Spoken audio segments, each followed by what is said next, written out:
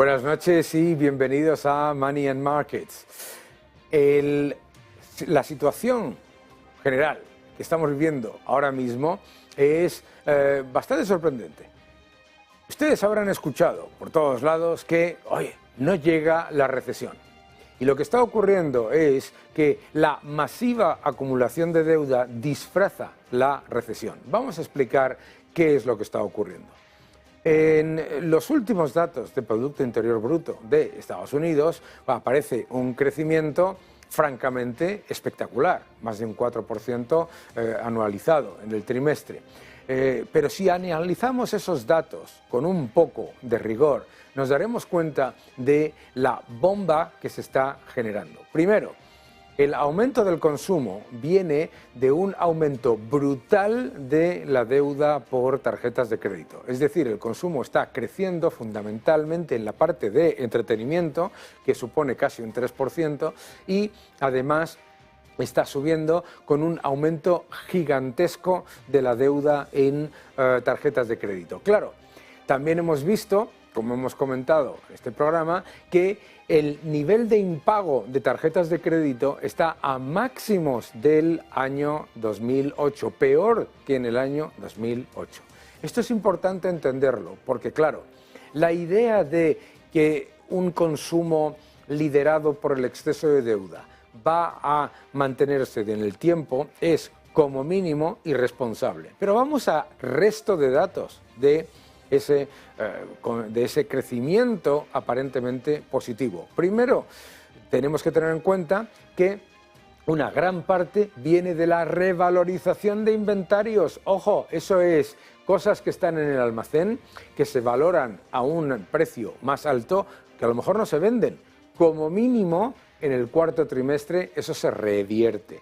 Y, desde luego, también tenemos que ver eso como un peligroso arma de doble filo. ¿Por qué? Porque la revalorización de inventarios puede ser una cosa que luego vendas, y eso es positivo, pero puede ser también que empiece a acumularse inventario que después hay que intentar vender a precios mucho más bajos. Ojo con todo esto.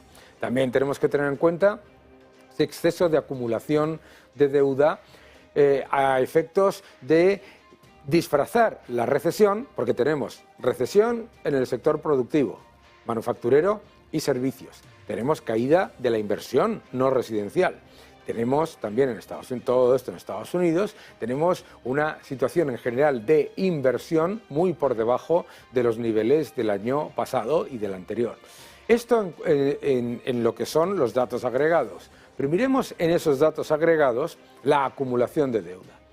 En los últimos 4 trimestres, según los datos de Estados Unidos, la economía ha crecido unos 414.000 millones de dólares en Producto Interior Bruto. Bien, la deuda pública, solamente la deuda pública, ha aumentado en 1,3 billones. Eso significa que por cada euro, por cada dólar, más o menos, de crecimiento que genera la economía norteamericana, tiene que endeudarse en más de 3 dólares. Bien, claro, todos dirán, pero esta situación es insostenible, lo de Estados Unidos es un desastre. Efectivamente, vamos a la eurozona. En la eurozona, la acumulación de deuda comparado con la creación de Producto Interior Bruto asusta. ¿Por qué asusta? Primero, porque no hay crecimiento.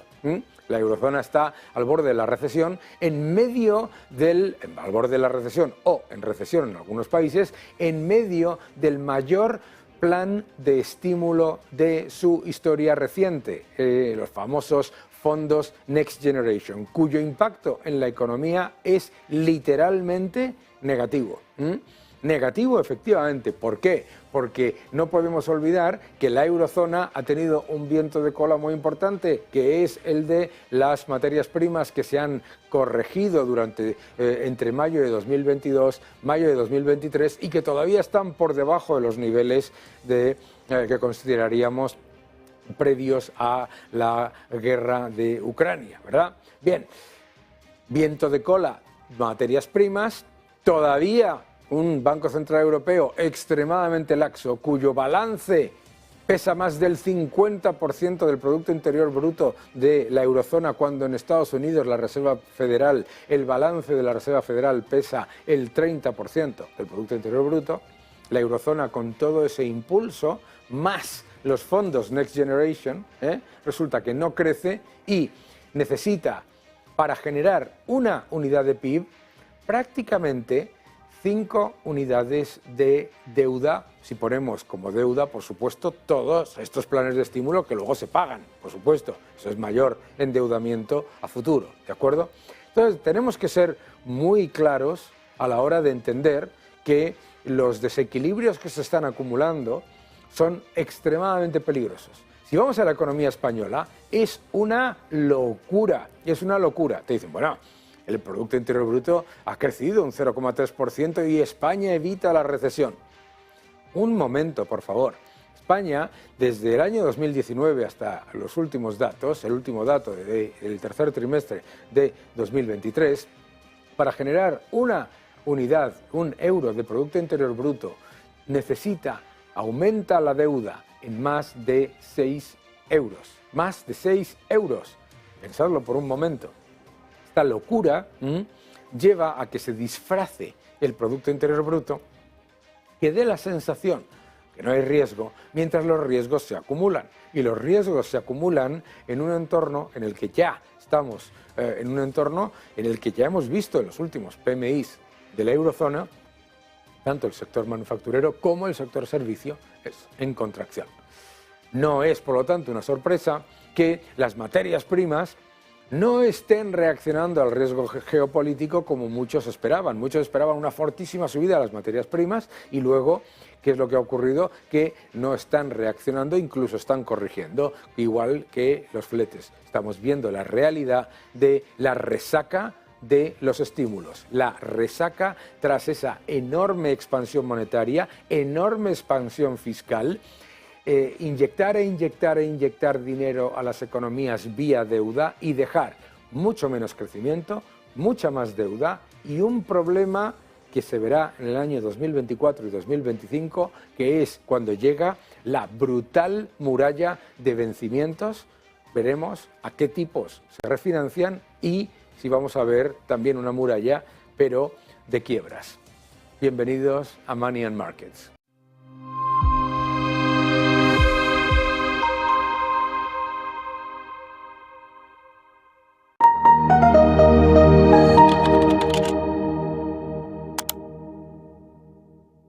Para mucha gente, acertar es sinónimo de ganar. Pues en el trading no es así, pese a que la gran mayoría piensa esto. Vamos a hablar de operativa. Vamos a entrar de lleno en este nuevo módulo, el más importante para la Academia de Negocios Televisión, denominado módulo de operativa. Vas a descubrir cosas que ni te imaginabas que fueran a ser de esa forma. Descubrirás que por más que analices y aciertes lo que un precio de cotización puede hacer, no va a ser una garantía para que tu cuenta pueda crecer o tu dinero. Comenzarás a entender que te va a dar igual si un precio de cotización, sea de lo que sea, sube o baja. Simplemente vas a poder contar con las herramientas fundamentales para que esa operativa, esa inversión, te lleve con un alto grado de probabilidad quizás al éxito. Aprenderás a gestionar el capital, el riesgo y, lo más importante, tu comportamiento, tus emociones. Porque si no dominas estas tres cosas, da igual lo que hagas, da igual lo que aprendas, nunca llegarás a esa meta que te habías propuesto. Sé parte de la Academia de Negocios Televisión. Sé parte de este nuevo módulo denominado operativa, el módulo más importante de toda la academia, porque seguramente descubrirás algo que hasta ahora nunca habías visto antes. Te esperamos en la Academia de Negocios Televisión.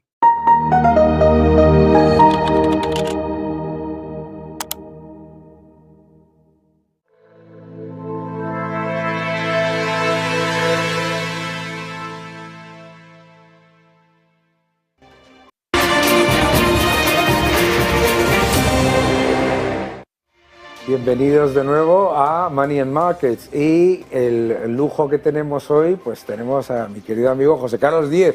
¿Cómo estás? Economista y profesor universitario. ¿Qué tal todo?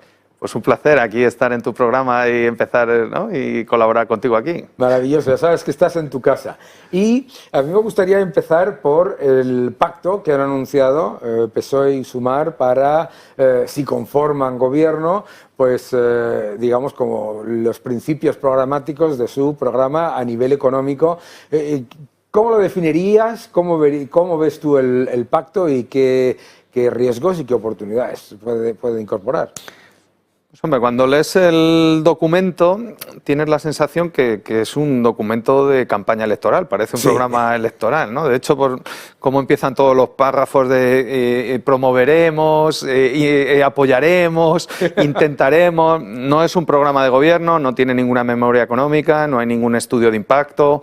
Entonces, bueno, quiero entender, no sé, porque por otro lado se dice que va a haber acuerdo y que ya está hecho el acuerdo con los independentistas, entonces esa es la duda, ¿no? Sí. Si están preparándose para unas segundas elecciones y luego, bueno, la medida estrella que se ha anunciado sobre las horas trabajadas, yo creo que muy desafortunada, ¿no?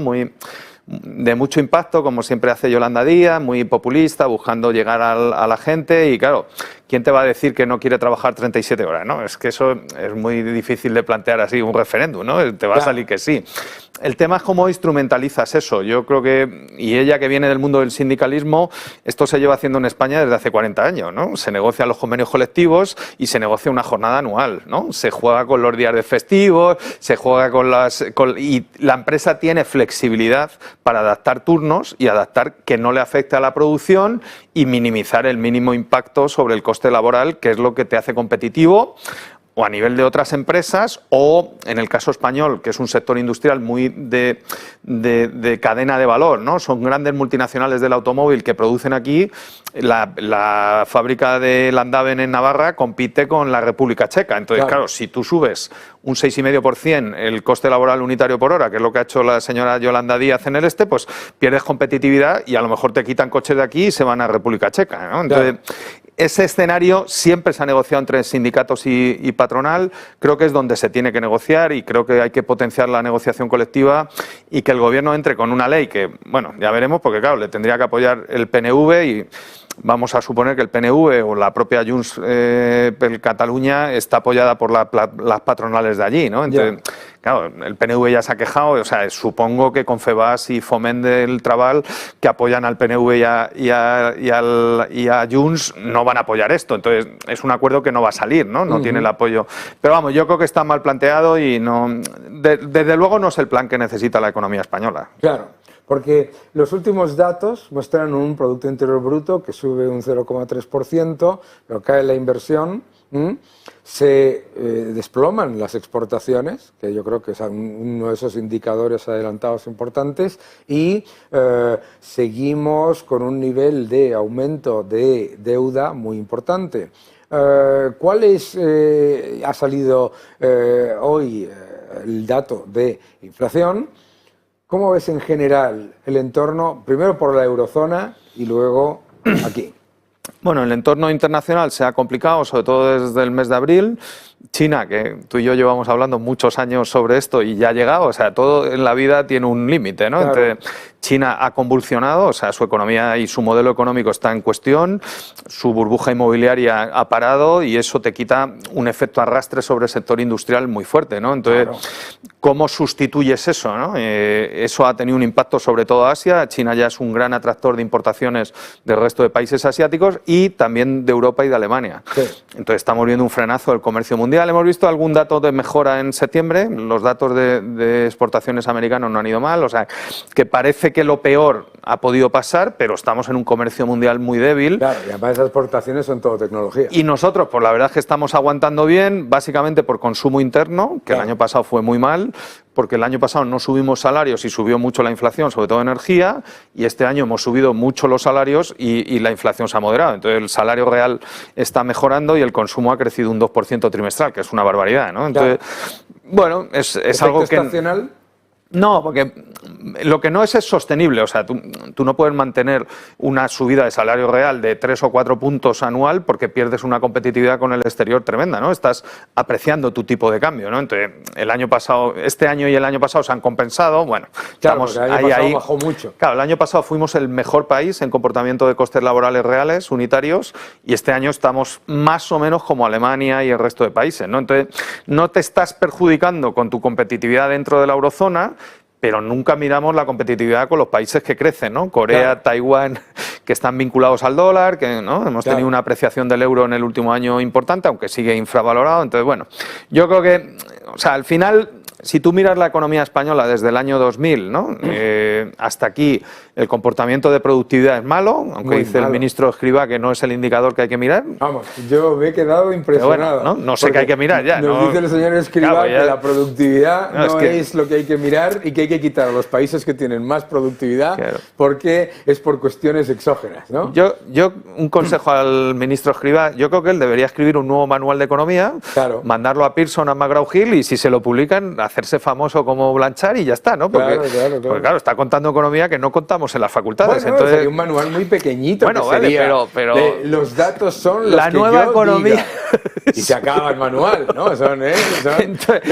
Pero bueno, tenemos un problema de productividad y el problema de productividad se asocia a que estamos pagando salarios muy precarios. El salario modal en España es el salario mínimo. Sí. O sea, la mitad de la población en España cobra menos que el salario mínimo, ¿no? Sí. Entonces, claro, si tú miras países de éxito, ¿no? Que han cambiado su tributación, que están atrayendo inversiones, que están haciendo atractivo, como por ejemplo Portugal, que tiene un gobierno de izquierdas, lo que está viendo es un crecimiento de productividad, están teniendo más ingresos públicos, reducen la deuda y sostienen el estado del bienestar, ¿no? Entonces, yo creo que ese debería ser el debate. También es verdad que en la derecha tampoco hay plan, ¿no? O sea, lo que propone Feijóo es como el tercer misterio de Fátima, porque nadie sabe cuál es, ¿no? Entonces, claro, ver un país que va a la deriva sin plan, pues es complicado, ¿no? Y lo que me duele al final, Daniel, es que España tiene un potencial enorme, ¿eh? Eso es lo que me duele a mí. Sí. Que es que lo que nos dicen siempre aquí es que hay que ver qué agorero, qué agorero. Si es que en cuanto coges un avión, te enfadas, ¿verdad? Sí. Y a mí me pasa. O sea, es que te vas y vienes aquí y te cuentan el cuento chino de que si estamos con récord de empleo y que vamos muy bien y que todo es la Arcadia feliz, y dices, pero por favor, si es que no paramos de perder, es que no sea titular en todos los medios de comunicación, que hemos pasado de ser la 9ª economía a la 14 y que vamos a perder el puesto al 17 si seguimos en este punto. O sea, es que estamos perdiendo oportunidades y tú que estás ahora muy metido en el tema de inversión extranjera y de proyectos para España, ¿qué es lo que tenemos que hacer para decirle al mundo aquí es el lugar para invertir en vez de no invierta usted aquí? Pues mira, hay una demanda brutal, ¿no? El otro día estuve en Noblejas, a 80 kilómetros de Madrid. Hay 2 empresas que se quieren localizar allí. Son 2 empresas industriales de nueva, no tecnología, pero bueno, de nuevos productos con temas de baterías renovables, ¿no? Y pueden generar 5.000 empleos. 5.000 empleos. O sea, no estamos hablando de... Claro. ¿no? Es zona despoblada, o sea, es España vacía, está muy cerca de Madrid. ¿Qué les falta? Pues un cable de alta tensión de red eléctrica para conectarse a Tarancón y la red que viene de Valencia, ¿no? Ya pues está. Nada, ya, que se olviden. Y redes de las empresas privadas que lleven desde la fábrica la conexión al punto de alta tensión. Claro. ¿Qué te está pasando? Pues que cuando miras la encuesta de Exane del broker de BNP, España es sistemáticamente el país más inseguro para invertir en renovables desde el año 2012. Totalmente. Entonces, claro, les cambiamos la regulación permanentemente, no les damos seguridad. Entonces, simplemente desarrollo de red de alta tensión y seguridad jurídica en energía metería un shock en este país. Claro. O sea, el año pasado nos gastamos 90.000 millones en importaciones de energía. Eso es 7 puntos, 6 puntos de PIB. Claro. O sea, ponle que sean 4 en media, ¿no? Que el año pasado fue un pico. 4 puntos de PIB. Bajar la mitad de eso son 400.000 empleos al año. Claro. Ya está, ¿no? Y luego, si entras en la parte que es donde no lo hacemos bien, todo el desarrollo tecnológico, que es donde España no está incorporando, ¿no? Y estamos viendo las empresas del IBEX con muchos problemas en cotización porque no tienen tecnología. Claro. ¿No? Se han quedado desfasadas. Entonces, no funciona bien el ecosistema de universidades, no están bien conectados los centros tecnológicos, no hay mercado de capitales de financiación en SIC Capital para financiar. Entonces, ahí sí no estamos incorporando inteligencia artificial. Entonces, ahí sí hace falta un plan a 10 años o a 5 años que no tenemos. Que no hay. Que no hemos hecho, ¿no? Aquí el plan es tirar de los desequilibrios fiscales cuando te los permiten, y nada, y olvidarte y cerrar los ojos y esperar que el problema le caiga al que venga detrás, y eso nos lleva pues a perder oportunidades. Pero tú, o sea, en California están hablando de trabajo remoto y la mitad de las oficinas de San Francisco están vacías porque la gente no va a trabajar, claro. ¿no? Y hay una crisis de oficinas y de deuda de los que han hecho. Ángeles, tú te vas a Downtown LA y en Madrid, sí. Y en Madrid hay oficinas vacías, ¿no? Vale. Entonces, el debate en el mundo es trabajo remoto y nosotros estamos haciendo una propuesta de 37 horas semanales que la habría hecho Henry Ford hace 100 años, que fue una innovación, De hecho, le ponen como ejemplo. Bueno, claro. Decían el otro día, un nuevo marco laboral del siglo XXI, no, del siglo XVIII. No, claro, es que 19. Henry Ford fue un innovador en 1920, ¿no? Poniendo una jornada de 40 horas en una cadena fabril.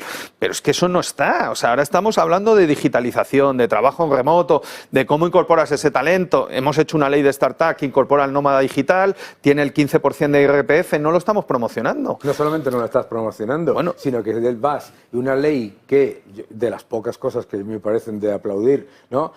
De esa ley resulta que viene acompañada de un hachazo fiscal a los que tienen capital, y entonces todos los que tienen startups, como les pagan en acciones, pues te da exactamente igual que te pongan un 15% de IRPF, porque donde te están crujiendo es en el patrimonio y en las acciones, que es lo que cobras, ¿sabes? La inmensa mayoría, como tú bien sabes, de esa gente recibe un salario bajísimo, pero lo que el 200% de su remuneración son acciones.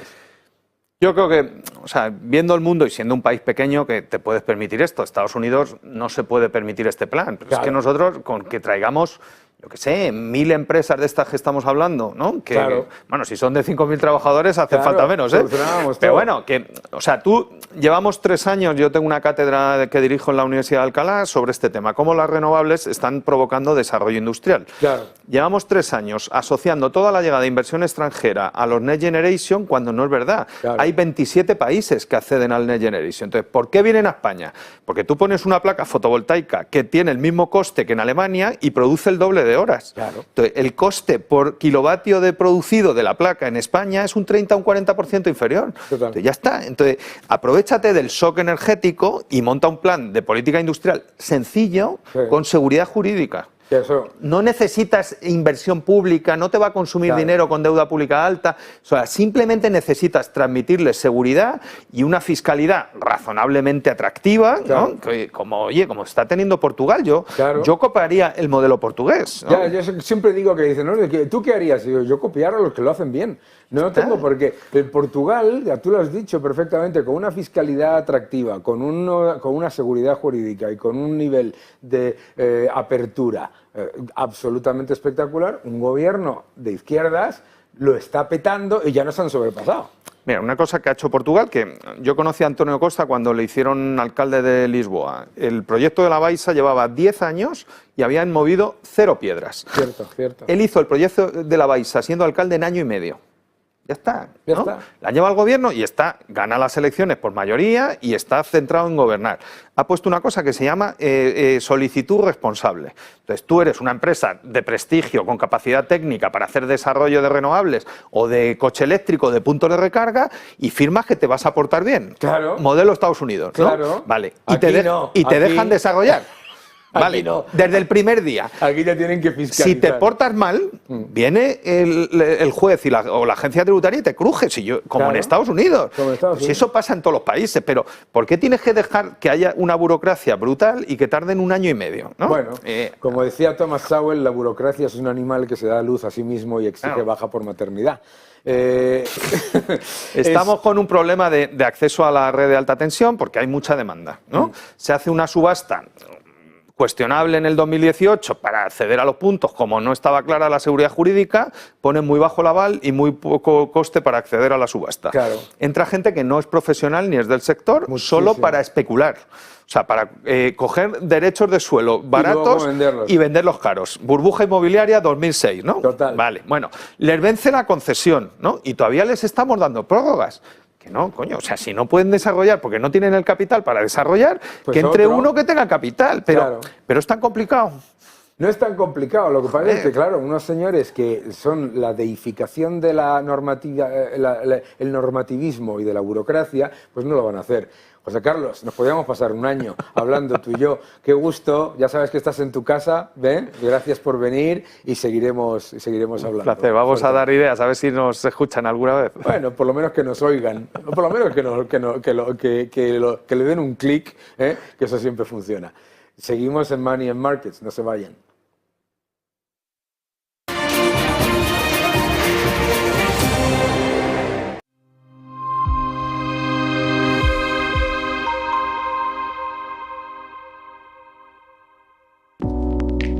Creemos que la sociedad actual necesita más arte y más color.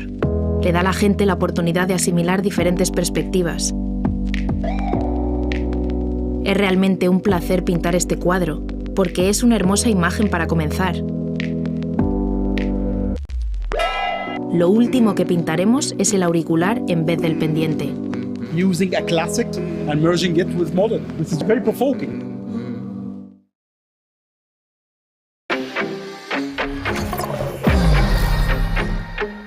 ¿Quieres invertir en bolsa? Déjame enseñarte algo.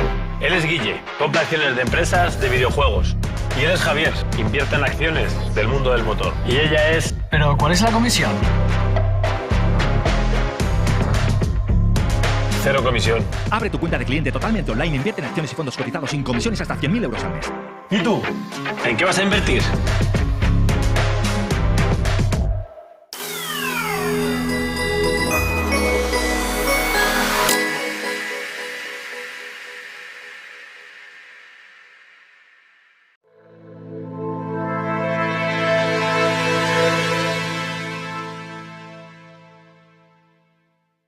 Aquí en Money and Markets tenemos una fantástica oportunidad, que es la de charlar con algunos de los mejores economistas de España. Y me gustaría que vieseis este vídeo que nos ha dejado José María Rotellar, profesor de la Universidad Francisco Marroquín y también profesor en otras universidades, una de las personas más importantes en cuanto a producción de literatura económica que merece la pena que leáis en los distintos medios. Y bueno, pues me gustaría que vieseis qué es lo que nos cuenta sobre la situación real de la economía española y los planes que ha presentado el gobierno. ¿Cuál es la realidad de España? Adelante, José María. El pacto de gobierno alcanzado entre PSOE y Sumar supone un grave perjuicio para la economía española. Ya vimos que simplemente el comentario de la cancelación de los vuelos cortos hizo caer a AENA y perder más de 600 millones en bolsa el día en el que se anunció, pero es que la reducción de la jornada laboral sin reducción salarial, una reducción del 6,3%, supone inmediatamente un incremento de los costes laborales del 6,3%. Si la elasticidad del empleo respecto a los costes laborales se estima generalmente en un 0,3%, eso implicaría que estaríamos perdiendo un 1,8% de empleo, que es más de lo que el gobierno ha estimado de crecimiento, un 1,4% de empleo en el plan presupuestario enviado a Bruselas, que se quedaría en el 1,1% si solo se aplicasen 38,5 horas laborales, pero en cualquier caso supone una destrucción de ese empleo. El resto de medidas, las tributarias, también lo que hace es mermar el crecimiento económico y el acoso al sector empresarial, al sector productivo, pues tiene sus consecuencias. La primera ha sido que Repsol ha anunciado que si sigue esa situación de inseguridad jurídica no realizará más inversiones en España. La COE también ha lanzado algo, se ha dicho que ya está bien de toda esta inseguridad jurídica, de toda esta confiscatoriedad, y desde luego no son buenas medidas para la actividad económica y para el empleo, sino más bien todo lo contrario. Son unas medidas que lo único que conducirán es a una merma de la actividad económica, a un empeoramiento del mercado laboral y a un empobrecimiento de la economía española. Abrimos en esta semana una nueva sección, que es el vídeo semanal de un buen amigo, José Ramón Riera, economista y empresario, que siempre tiene datos que realmente merece mirar con lupa para saber cuál es la realidad de la economía española. Hoy empezamos con uno de sus vídeos y vais a sorprenderos, porque el dato asusta. Adelante. Muy buenas, Daniel. Para tu programa Money and Markets he preparado hoy un pequeño análisis de un tema que me llamó mucho la atención en tu conferencia del pasado jueves en OK Líderes. Hablabas de que la presión fiscal en momentos de alta inflación quedaba ligeramente difuminada. Hoy vamos a intentar mostrar a todos tus espectadores que efectivamente esto es así. Y para ello he colocado en una hoja Excel todos los datos de el PIB nominal del 2017 y del 2022, el real y el PIB per cápita, y a su vez también la recaudación de impuestos de este periodo. Bien, lo primero y que más importante de todo es decir a los espectadores que el PIB per cápita en estos 5 años de gobierno socialista solo ha crecido un 0,6, pasando el crecimiento total siendo de 140 euros, que equivalen a 28 euros por año. Bien, si cogemos la recaudación que se produjo en el año 2017, que fue de 440.000 millones, y vemos la del 2022, que ha sido de 570.000 millones, y la dividimos por el PIB nominal, vemos que hemos pasado de una presión fiscal nominal del 38,2 al 42,4%. Es decir, en 5 años ha crecido la presión fiscal un 4,2%. Esto, en una economía avanzada como la nuestra, es una auténtica barbaridad. Pero si lo mirásemos sobre el PIB real, habríamos pasado en lugar de un 38,2%, estaríamos en un 39 en el 2017, pero en lugar de un 44,2 iríamos a un 48,4% de presión fiscal. Esto me lleva a hacer un análisis que quiero que es completamente diferente, es mirar los marginales, es decir, cuánto ha crecido nuestro Producto Interior Bruto en estos 5 años. Ha crecido un 4,3, pero en valor absoluto esto equivale a 48.700 millones de euros. En cambio, los ingresos del Estado han crecido en un 126.000 millones. Esto quiere decir que para generar un euro de riqueza, es decir, este gobierno recauda 2,6 euros. Es decir, recauda un 260% más. Para generar un euro de riqueza, tienen que incrementar los impuestos en un 260%. Si esto pensamos además que la presión fiscal este año, la recaudación del Estado ya ha anunciado que va a llegar a casi 14.000 millones, y en el 2024 nos amenazan con llegar a 648.000 millones, la situación de la presión fiscal marginal va a ser tremenda. Este gobierno no tiene ningún tipo de recato a la hora de recaudar. Se olvida de su concepto de progresía y lo que hace es abrazar a impuestos a las clases medias y a las clases trabajadoras. Anuncia que va a seguir subiendo los impuestos a las empresas. Esto es un dislate. La situación en la que que nos estamos encontrando en estos momentos y que nos vamos a encontrar, va a hacer que la economía entre en auténtica crisis. No hay quien soporte este tipo de nivel impositivo. El 48% sobre el Producto Interior Bruto real y un marginal del 260%.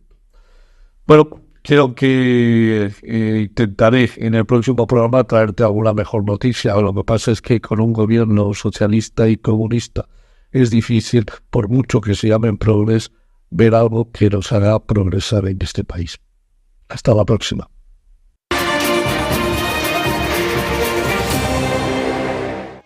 Bienvenidos de nuevo a Money and Markets y como siempre tenemos una tertulia de lujo total. Aquí a mi derecha David Cano, socio de AFI, Asesores Financieros Internacionales, y a mi izquierda Gustavo Martínez, que es profesor en la Universidad Francisco Marroquín y además experto en bolsa. Y vamos a hablar sobre la Reserva Federal. Todo el mundo está pendiente de la Reserva Federal. Tenemos a las materias primas que no tiran porque está todo el mundo más pendiente del dólar que de la Reserva Federal. ¿Cómo ves tú la situación? ¿Qué es lo que crees que va a hacer la Reserva Federal en los próximos meses y el entorno general? Bueno, ha finalizado el proceso de endurecimiento de la política monetaria, poniendo los tipos de interés en una zona alta, una zona que podemos pensar que es restrictiva, y aunque el ciclo económico allí nos sigue sorprendiendo por su dinamismo, la moderación de la inflación respecto a hace un año es importante. Y como digo, teniendo en cuenta el nivel ya alcanzado por los tipos de interés, ya no deberían producirse más subidas de tipos de interés, y eso es lo que pensamos, que ha finalizado el proceso de endurecimiento de la política monetaria convencional. Por el lado de los tipos de interés, porque todavía no hemos visto la reducción de balance significativas. Lo que está reduciéndose es fundamentalmente por los vencimientos de deuda. Esa subida de tipos y esa reducción de balance, ¿cómo ves tú, Gustavo, que deberíamos jugarlo de cara a los próximos meses? Bueno, yo estoy de acuerdo con Daniel. Yo creo que el mercado perdón, con David. Yo creo Conmigo también, está de acuerdo, Yo creo aquí que con el presentador siempre. El mercado ya ha descontado que hemos llegado a una tasa terminal de tipos de interés y, francamente, que suba la FED 25 puntos básicos más o menos los tipos de interés tampoco es algo que influya demasiado en las valoraciones, ¿no?, a la hora de descontar flujos. Lo que donde verdaderamente está el foco, yo creo que es dónde va a estar el suelo de tipos de interés y cuánto tiempo va a mantener la Reserva Federal los tipos de interés elevados. Dicho esto, Daniel, lo que has dicho tú es francamente importantísimo, ¿no?, porque lo que realmente va a reducir la liquidez es precisamente reducir el balance de la Reserva Federal, ¿no? Y esas son medidas que pasan por los quantitative tightening o el venta de bonos, y eso es realmente lo que yo creo que puede hacer que la Reserva Federal después ponga en marcha otros procesos de política laxas, que sea rebajar tipos de interés, ¿no? Pero primero hay que drenar el mercado de liquidez. Sí. David, ¿cómo ves tú el impacto de esa subida de tipos? Porque claro, tiene un efecto retardo, ¿verdad?, en la economía real. De momento estamos viendo cómo los impagos de tarjetas de crédito llegan a niveles históricos no vistos ni siquiera en la crisis anterior, pero ¿cómo crees que se va a empezar a percibir esa subida de tipos? Ese es el punto. La economía de Estados Unidos ha resistido bien, teniendo en cuenta el endurecimiento de la política monetaria. Pero tal vez es que es cuestión de tiempo. El endurecimiento de los tipos de interés tardan en impactar sobre la economía entre 6, 9 y 12 meses. Y ese es mi principal temor. Mi principal temor es que las últimas subidas de tipos todavía no han impactado sobre la economía y que puedan impactar dentro de 3 o dentro de 6 meses. Y esa es la prudencia que yo pediría ante la constatación de que todavía no han impactado la subida de los tipos de interés. Espera, y dentro de 6 meses ya veremos, cuando ya tengamos el efecto total del endurecimiento en los últimos meses, ya veremos si hace falta o no subir los tipos de interés. Pero yo creo que está ahí el debate, que los bancos centrales son demasiado contemporáneos a lo que está pasando, ¿no? Claro, porque en el último dato del Producto Interior Bruto de Estados Unidos viene una subida del consumo que viene 100% justificada por un aumento masivo de la utilización de tarjetas de crédito, de endeudamiento, y también aumento muy fuerte del endeudamiento público.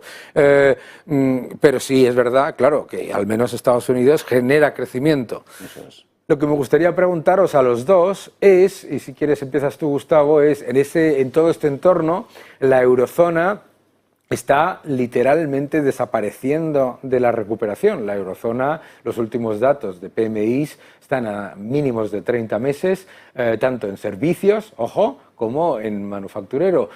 ¿Cuál es tu visión sobre la eurozona y el impacto de la política monetaria?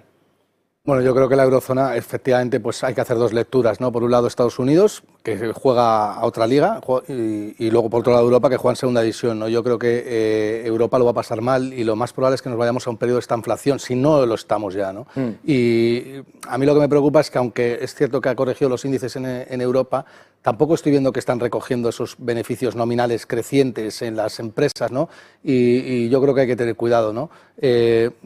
Estados Unidos juega a otra cosa, Daniel, y no podemos ir a la misma velocidad de subida de tipos de interés que Estados Unidos. De hecho, Europa no lo está haciendo y es obvio que en Europa vamos a sufrir muchísimo más las consecuencias de los tipos de interés y ya las estamos empezando a sufrir, ¿eh? Ajá. ¿Y cómo lo ves tú, David? Sí, y eso que aquí tampoco hemos visto el efecto de las últimas subidas de tipos de interés. Yo creo que la situación económica en el área euro es rozando la recesión. Sí. Y por lo tanto, así como digo que en Estados Unidos está claro que hay que esperar y ver, aquí voy a provocar que el siguiente movimiento, y no tardando mucho, seguramente sea un recorte de tipos de interés, porque el Banco Central Europeo tal vez ha ido demasiado lejos. Es verdad que Lagarde ya ha cambiado algo su discurso, pero es que yo creo que en el próximo mes y en los dos próximos meses el discurso tiene que cambiar de forma muy radical, y que tal vez en Europa tenemos que aceptar. Y es verdad que aquí la inflación es más alta que en Estados Unidos, pero es que igual tenemos que aceptar tener un poquito más de inflación, porque el riesgo que corremos de meter a la economía de la zona euro en una recesión mucho más profunda es clarísima, ¿no? Por lo tanto, el diagnóstico aquí es claramente peor al de Estados Unidos. Y mi pregunta aquí es, si la eurozona entra en recesión y el Banco Central Europeo decide bajar los tipos de interés a pesar de que no ha ganado la batalla contra la inflación, ¿de verdad qué impacto tendría esa bajada de tipos de interés cuando la eurozona está en medio del mayor estímulo fiscal de su historia con los fondos Next Generation, ¿no? Cuéntame tú y luego tú, David. Pues yo lo tengo bien claro, lo que acabo de decir. Europa se va a un periodo, yo creo que estamos en recesión ya, y Europa se va a un periodo clarísimo de esta inflación, con crecimientos nominales y no crecimientos reales, y donde hallar valor va a ser muy complicado, ¿no?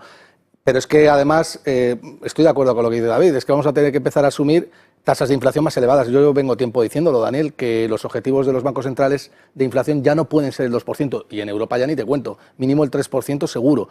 Y en Estados Unidos, pues yo creo que va a ser más de lo mismo. Lo que pasa es que es una economía robusta y fuerte. ¿Y quién está recogiendo todo eso? Pues el oro. El oro está diciendo... Claro. Yo creo que, es que yo me temo que con las últimas subidas, en el último mes y medio los tipos de interés han subido entre 50 y 100 puntos básicos, y que eso todavía tiene que impactar en la economía. Claro. Yo lo que pido es, Banco Central Europeo, ese error de política monetaria y eso que vimos en septiembre y en octubre, hay que corregirlo, porque cuando impacte sobre la economía, la situación económica se va a deteriorar significativamente. Es eso, es el reconocimiento de que a la vuelta del verano el ciclo económico en la zona euro, en el núcleo, pero también en la periferia, porque los indicadores económicos de España, de Italia, de Portugal también se han deteriorado claramente, y es ahí donde yo quiero llegar, en que unas decisiones que tomaste hace 2 meses, hoy tienes que reconocer, bueno, pues que la situación es diferente, y tratar de evitar males mayores, ¿eh? Claro. Porque, como digo, esa última subida del Euribor pues puede ser la puntilla en la capacidad de consumo o en la capacidad de inversión de unos cuantos agentes, ¿no? Y cuando nos metemos en una situación como esa, tú dices, a lo mejor el Banco Central Europeo tiene que asumir una inflación del 3% como base. Es que parece que es poco. Un 3% anual todos los años es una inflación acumulada brutal, con un incremento de la productividad muy bajo y con un problema un problema ya estructural de crecimiento en la eurozona, ¿no? A la hora de invertir aquí, cada uno, bueno, tú has hablado de la importancia de invertir en oro, pero David, ¿tú dónde ves oportunidades? Muy bien. ¿Y crees que hay que estar invertido en la eurozona en algo? Correcto. Yo creo que efectivamente, a mí me encantaría que la inflación fuese del 2, y no quiero que la inflación sea del 3. Pero si me das a elegir una inflación del 2 pero provocando una recesión, o una inflación del 3 pero con un débil crecimiento, me quedo con esa combinación. No me importa tener un poquito más de inflación si a cambio consigo evitar la recesión. ¿Os puedo hacer una pregunta? ¿Esa preferencia es porque los que estamos aquí en esta mesa no la sufrimos? Porque, claro, el 99% de la población, un 3% de inflación con un salario de 1.000 euros...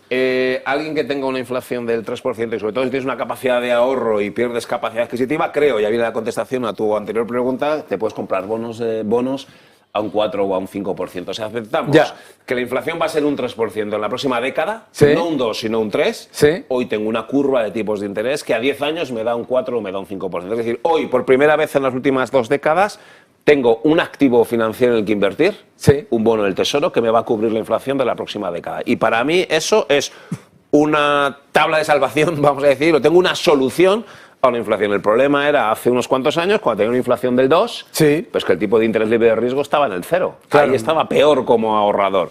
Hoy un ahorrador tiene la posibilidad de compensar esa inflación que tiene porque los tipos de interés a 10 años están a un nivel más elevado.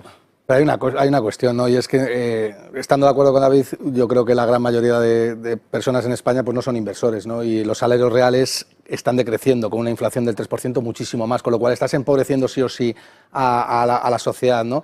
Pero es que además hay otra cosa, es que tampoco me creo, David, Daniel, que vaya a haber una inflación estructural del 3% a futuro, porque la deuda en los estados europeos es cada vez mayor y el socialismo está cada vez más metastatizado, con lo cual vas a tener que generar inflación. Si quieres sostener un poco la deuda de los estados y la moneda fiat, sobre todo el euro, se va a deteriorar mucho más progresivamente de lo que hemos visto en los últimos 20 años, donde ya ha perdido el 40-50% de su valor. El euro es, yo creo que una de las monedas que está mostrando un nivel de debilidad contra el dólar más evidente, además del yen, ¿no?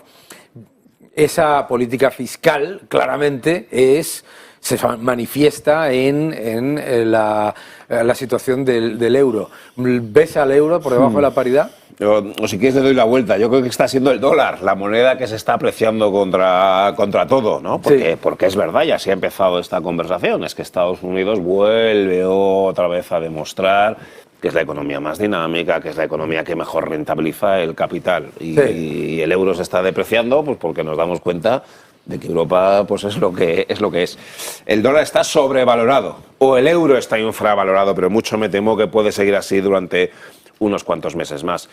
Y por lo tanto, sí, el riesgo de que el euro siga depreciándose está ahí. O dicho de otra forma, para una cartera con un cierto nivel de riesgo invertido en renta variable, una de las vías de hacer cobertura, estoy muy de acuerdo con lo que dice Gustavo, que es vía oro, pero otro es vía dólar. Que un inversor europeo pues tenga un 10, un 15, un 20, un 30% de su cartera expuesta al dólar. Aunque el dólar está sobrevalorado, y a mí me gustaría comentarlo, bueno, es una de las vías que tiene para cubrirse ante un potencial deterioro del ciclo adicional. ¿Cómo lo ves? Y vamos a preguntar por qué está el dólar sobrevalorado, porque yo al dólar no lo veo sobrevalorado, así que aquí vamos a discrepar. Adelante. No, yo lo veo infravalorado, de hecho. Yo también, yo creo que en mi opinión el dólar no está sobrevalorado y de hecho es que el dólar no solamente está actuando como activo refugio, sino que también está haciendo una cosa que es maravillosa y es proteger contra la inflación que ellos mismos crean y exportan. O sea que estamos en una situación de tormenta perfecta a favor del dólar, ¿no? Yo creo que al yuan lo ha reventado, ¿no?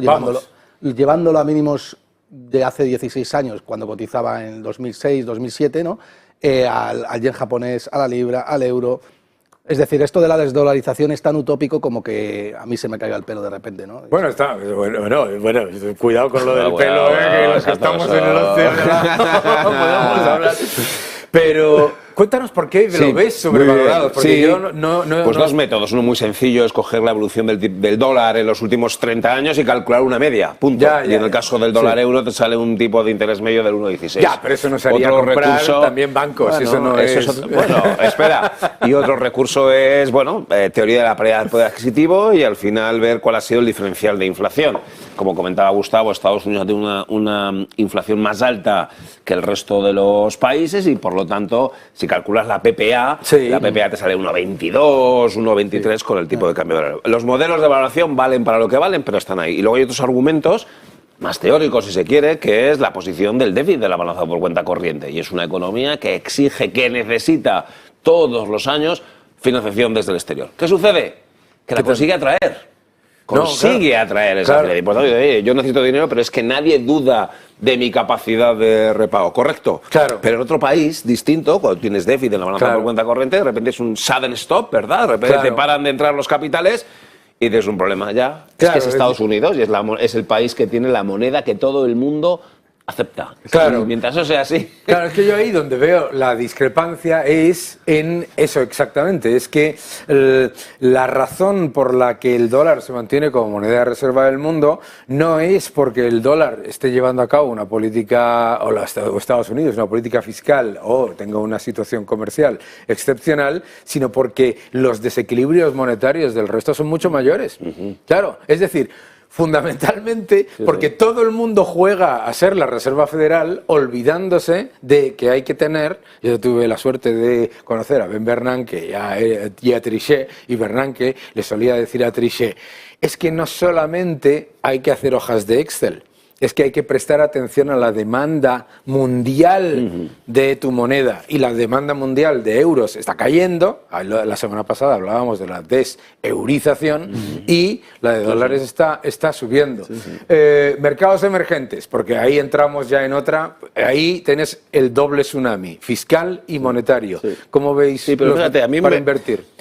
Nosotros, Latinoamérica, renta fija, peso mexicano, real brasileño, peso colombiano, peso mexicano, parece que son monedas que tienen... Porque fíjate, y esto es un elemento muy interesante. Hace 10 años me dices, la Fed va a subir en el 2023 los tipos de interés, el dólar se va a apreciar, te diría, estaríamos entonces hablando de una nueva crisis financiera en Latinoamérica. Bueno, no ha sido el caso, y en cierto modo porque ha habido una ortodoxia monetaria. Eso es. Esta vez el Banco Central de México, el Banco Central de Brasil, el Banco Central de Colombia, de Chile han sido muy agresivos subiendo los tipos. Y además en contra de lo que quería la política fiscal, que es muy importante. Y eso al final les ha dado un rendimiento, y ahí estamos viendo una moderación de la inflación. La inflación en estas economías es más baja que la que podemos tener aquí. Tienes tipos de interés más altos. Es verdad que también les ha venido bien el encarecimiento de las materias primas en general, pero fíjate, en esta ocasión entendemos que hay una parte que hay valor. Es obvio que qué porcentaje de mi cartera la puedo tener en renta fija denominado en reales, pesos, y evidentemente cada uno pequeña en cualquier caso. Pero es un activo que está funcionando bien. ¿Cómo lo ves tú, mercados emergentes en general? Pues es como si me hubieras quitado el cerebro y se lo hubieras dado a mí. Y aparte de Latinoamérica, también, que en mercados emergentes hay muchos. Ya sabéis que los países emergentes nunca emergen, o sea que son los de siempre, ¿no? Bueno, yo suscribo todas las palabras que ha dicho David. De hecho, me hicieron esa misma pregunta el otro día, no sé en dónde, y prácticamente respondí lo mismo que él, ¿no? Yo creo que ellos han aprendido bastante bien del pasado y los bancos centrales han adoptado políticas bastante coherentes con la situación actual, y yo creo que hay bastante valor, ¿no? Y si te pones a mirar los índices de Argentina, Brasil, pues realmente si descuentas un escenario donde puede haber crecimiento a futuro y la inflación se corrija, y te hablo de 10 años, pues estos índices pueden hacer un ten bagger, multiplicar varias veces por... Cuidadito con Argentina, que es la promesa eterna que nunca se cumple, es como la reunión de Led Zeppelin, no pasa. Muchísimas gracias, cómo nos lo hemos pasado en esta charla. Nos hemos pasado un poco de tiempo, pero cómo no nos íbamos a pasar de tiempo. Sabéis que estáis en vuestra casa, David, Gustavo, un gustazo teneros y veniros a contarnos más cómo va todo esto, porque siempre es un gusto. Encantados. Nosotros seguimos en Money and Markets, no se vayan.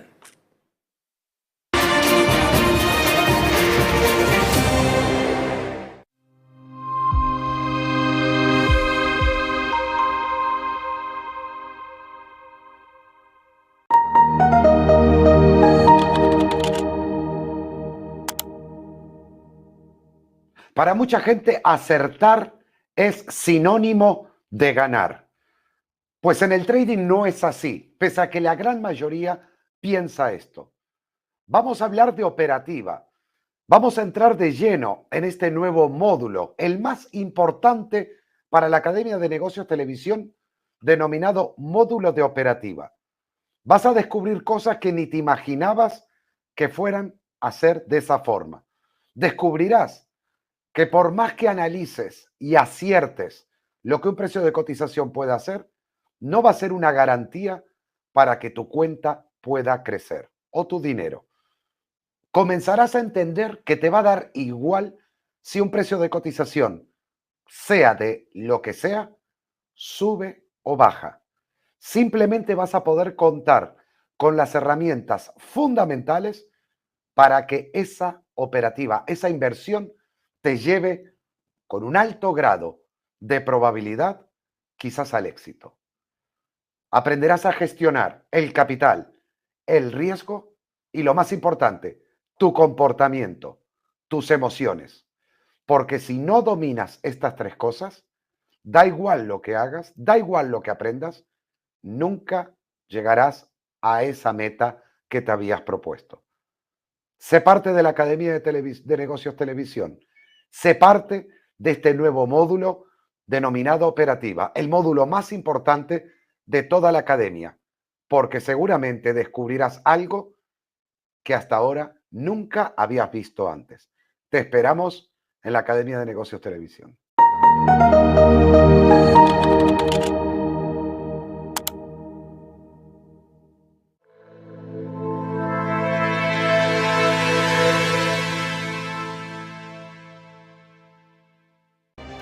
Bienvenidos a Money and Markets y vamos a ver algunos de los gráficos más importantes de la semana.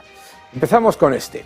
En este gráfico, cortesía de Bloomberg Economics, lo que muestra es el efecto placebo que han generado los inventarios y el aumento de deuda en el Producto Interior Bruto del tercer trimestre de Estados Unidos. Lo comentábamos en el editorial, cuidado con el exceso de complacencia con los datos del PIB.